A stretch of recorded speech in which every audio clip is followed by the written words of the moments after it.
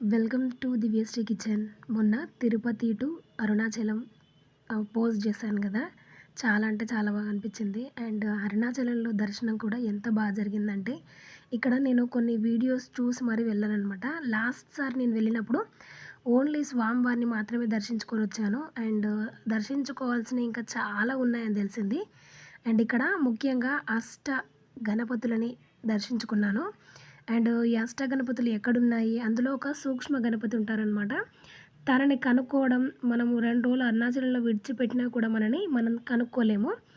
ఆ స్వామివారిని కూడా వెతికి స్వామివారిని దండం పెట్టుకొని వచ్చాననమాట. అండ్ లాస్ట్ వరకు చూడండి. నేను లాస్ట్‌లో ఎక్కడ ఉంది, మీరు ఈసారి అరుణాచలం వెళ్ళినప్పుడు అష్ట వినాయకుల్ని ఎక్కడెక్కడ ఉన్నారు స్వామివార్లు, ఈ సూక్ష్మ గణపతి ఎక్కడుందనేది నేను లాస్ట్‌లో చెప్పాను, వెళ్ళి చూడండి.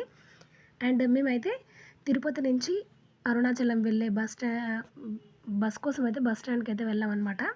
అండ్ డైరెక్ట్ బస్సులుంటాయి. లేదంటే తిరుపతి టు వేలూరు, వేలూరు నుంచి అరుణాచలం వెళ్ళే బస్సులుంటాయనమాట. అండ్ బస్ స్టేషన్‌లో దిగిన తర్వాత ఆహ్, ఆటో కోసం వెతుకుతున్నారు. నేనైతే మళ్ళీ ఇంకొకసారి మోసపోవద్దని చెప్పేసి ఆటోని దాటేసుకొని పక్కన కాలేజీ పిల్లలుంటే వాళ్ళని అడిగాననమాట. ఒక్కసారి మోసపోవచ్చు కానీ పదే పదే మోసపోలేం కదా! ఆల్రెడీ విజయవాడలో అయిన సంఘటన గుర్తుంది కాబట్టి నేను ఆటో వాళ్ళని ఎవరిని అడగకుండా ఇలాగా నడుచుకుంటూ వెళ్ళే వాళ్ళని అడిగితే వాళ్ళు వాకబుల్ డిస్టెన్సే ఉంటది. ఒక 300 మీటర్స్ నడుచుకుంటూ వెళ్లారంటే మీకు గోపురం కనిపిస్తూనే ఉంటుందని చెప్పారనమాట. నిజంగానే వాళ్ళు చెప్పినట్టు వాకబుల్ డిస్టెన్స్‌లోనే ఉందండి. కాకపోతే కొంచెం ఎండలు విపరీతంగా ఉన్నాయి కాబట్టి అండ్ కొంచెం అలసిపోయినట్టు అనిపించింది. బట్ మనం నడుచుకుంటూ వెళ్ళిపోవచ్చు.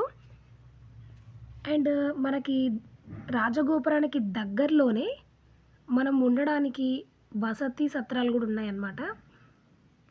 చూడండి, ఇక్కడ రాజగోపురం ఉంది కదా! దానికి ఎదురుగానే ఒక చిన్న సందు ఉంటుందన్నమాట. ఇక్కడి నుంచి ఒక 200 మీటర్స్ స్ట్రెయిట్‌గా వెళ్తే మనకు రైట్ సైడ్‌లో ఈ వసతి సత్రం ఉంటది. అక్కడ మంచి నీట్ మెయింటెనెన్స్ ఉంటది. అండ్ మాకీ అడ్రస్ ఎవరిచ్చారంటే మాకు తెలిసిన ఒక అన్నయ్య ఇచ్చారనమాట. ఆ అన్నయ్య ప్రతి పౌర్ణానికి మంత్లీ పౌర్ణమి రోజు ఆయన గిరి ప్రదక్షిణ చేస్తూ ఉంటారు. అండ్ ఇందులోనే స్టే చేస్తూ ఉంటారనమాట.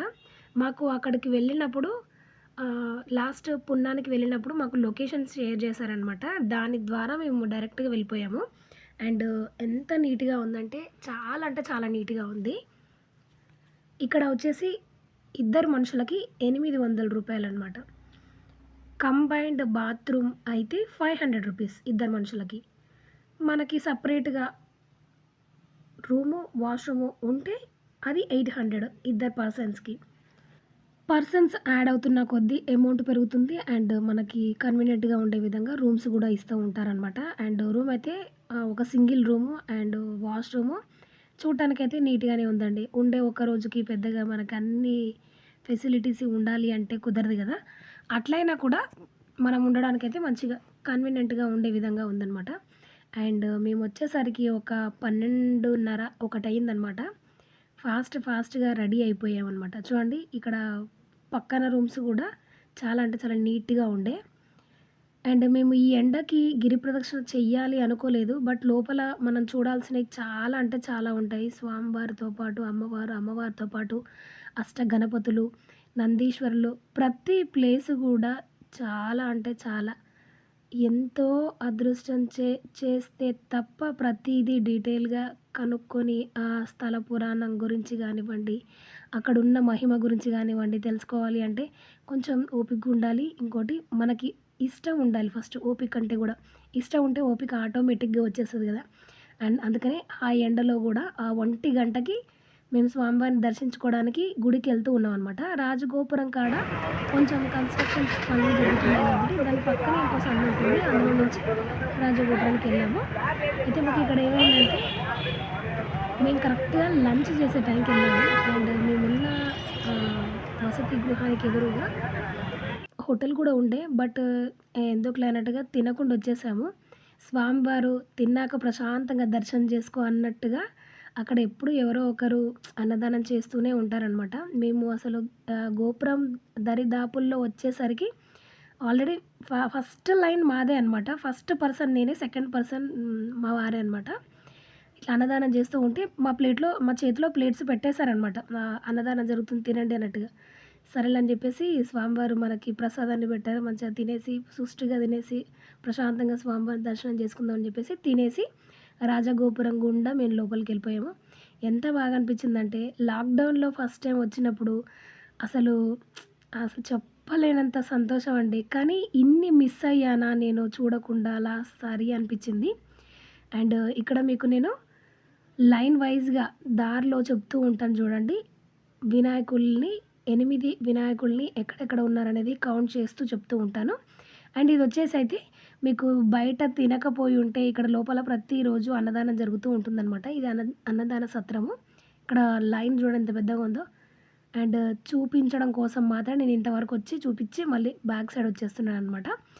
రాజగోపురం ఎంటర్ అయిన వెంటనే మనకి ఎడం చేయిరోకు ఉంటుందనమాట అన్నదాన సత్రం. అండ్ దాటుకొని ముందుకొస్తూ ఉంటే మనకి కుమారస్వామి కనిపిస్తూ ఉంటారు. 12 అయింది కాబట్టి గుడి లాకేసి ఉండే అందుకని బయట నుంచే దండం పెట్టుకొని వచ్చేస్తున్నాము. అండ్ ఇక్కడ కుమారస్వామిని దాటేసుకొని మనం తిన్నగా ఇలా వస్తూ ఉంటే మనకి లెఫ్ట్ సైడ్‌లో మనకి వినాయకుడుగా కనిపిస్తూ ఉంటారనమాట.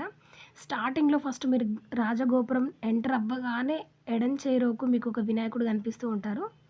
లోపలికి గుడిలోకి ఎంటర్ అయిన తర్వాత ఫస్ట్ కనిపించే గణపతి అనమాట. ఈ గణపతికి ఒక నమస్కారం పెట్టుకొని అక్కడ చిన్న కోనేరు ఉంటదనమాట. ఈ కోనేరు కూడా ఒక చిన్న స్టోరీ ఉంటది. ఆ కోనేరుకి దాటుకొని ముందుకు వెళ్తూ ఉంటే ఇక్కడ మనకి ఇంకొక వినాయకుడు కనిపిస్తూ ఉంటారనమాట.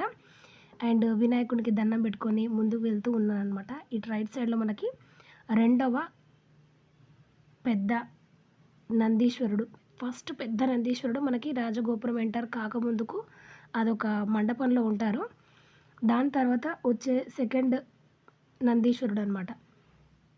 ఇక్కడ మనకి కళ్యాణ సుందరేశ్వరుడు స్వామి ఇక్కడ కొలువై ఉంటాడనమాట. మనం అరుణాచలంలో ఎవరైనా పెళ్ళిళ్ళు చేసుకోవాలి అనుకుంటే వాళ్ళందరికీ ఇక్కడే పెళ్ళిళ్ళు చేస్తూ ఉంటారనమాట.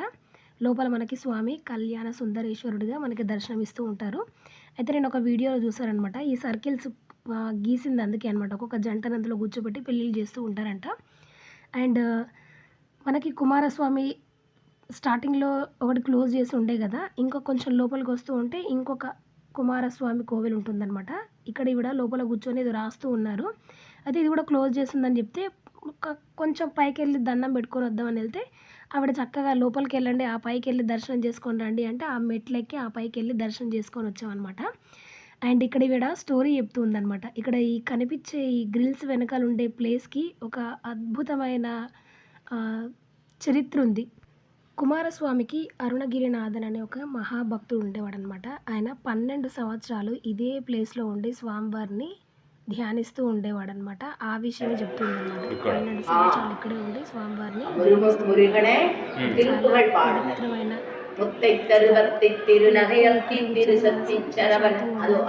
కూర్చొని ఏదో ఒక పాడుకోవడం రాసుకోవడం చేస్తూ ఉంటారని చెప్పిందనమాట. ఆవిడ కూడా ఒక పాట முருகனை வேற பாட்டு பாடுங்க. முருகனை பாடு. இல்லாத நாளில்லை சுடர்மிகும் வடிவேலா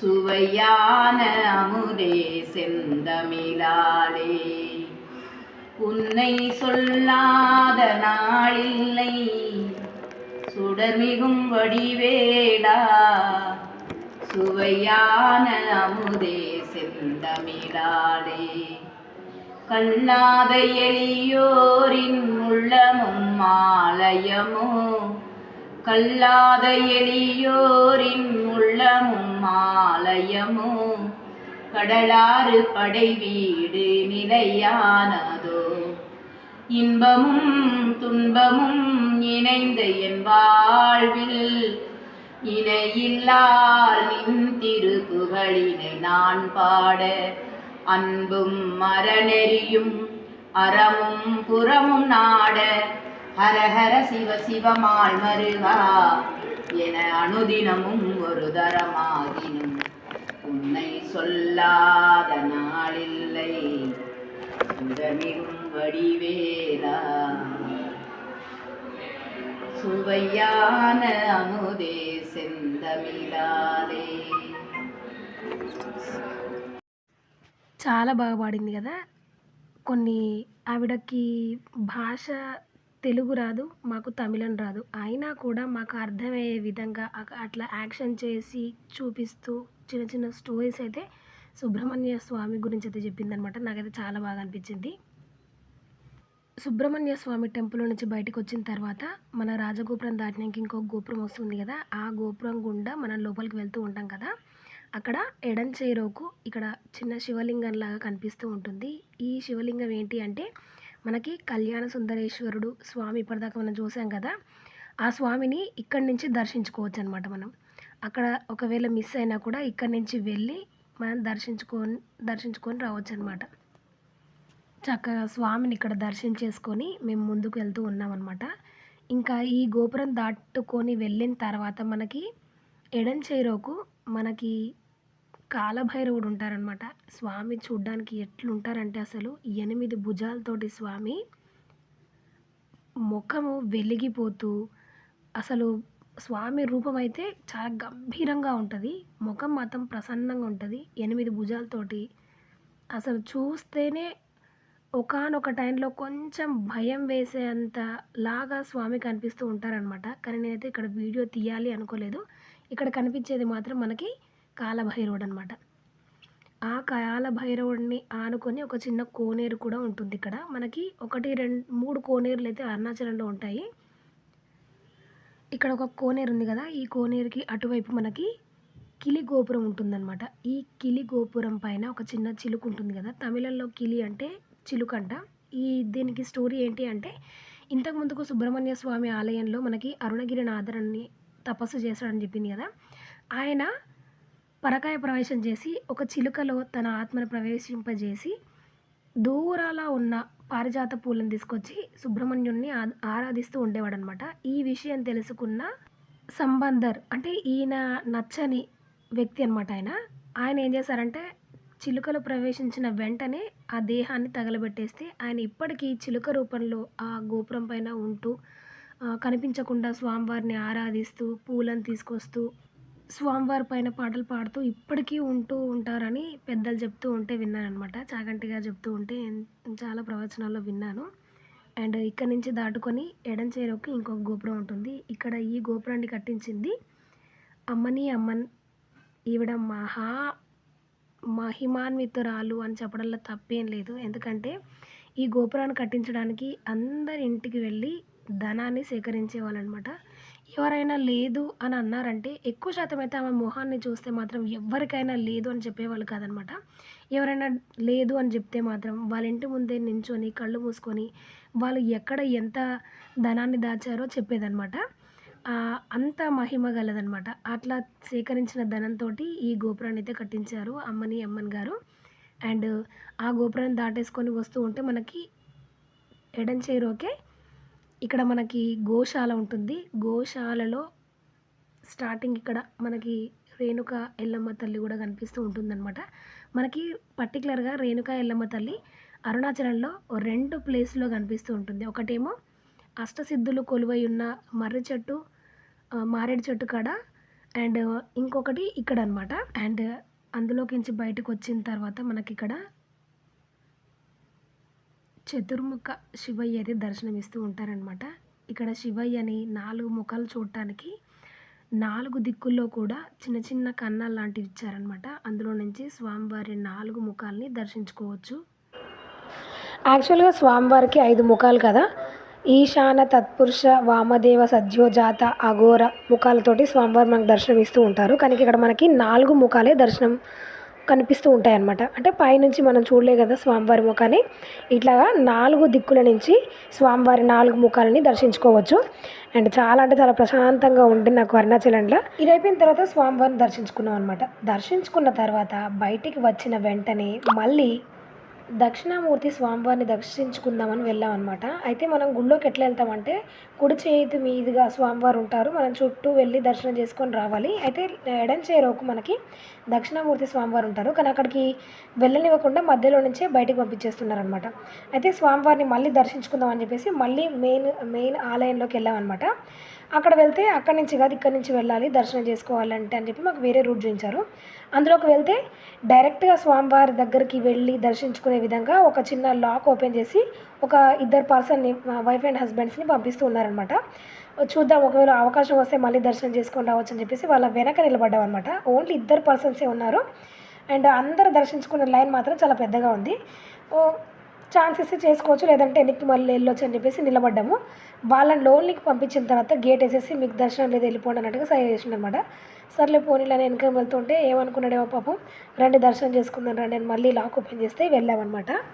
అక్కడ లైన్లో వెళ్ళేటప్పుడు పానవట్టం గుండా పసుపు కుంకుమ పేరుకుపోయి ఉందన్నమాట. మార్నింగ్ స్వామివారికి అభిషేకం చేశారు కాబట్టి మిగిలిన ఆ పసుపు కుంకుమని చక్కగా మేమిద్దరం అయితే నుదుటికి పెట్టుకున్నాము. చాలా సంతోషం అనిపించింది అండ్ ఇంకొంచెం కవర్లో తెచ్చుకొని అయితే అని రిగ్రెట్ ఫీల్ అయ్యాను అనమాట. అండ్ వీడియో లెంత్ ఎక్కువ అవ్వడం వల్ల నేను ఇక్కడికి స్టాప్ చేస్తున్నాను. వీడియో నచ్చితే లైక్ చేయండి, షేర్ చేయండి, సబ్స్క్రైబ్ అవ్వండి. Thanks for watching. జై శ్రీరామ్.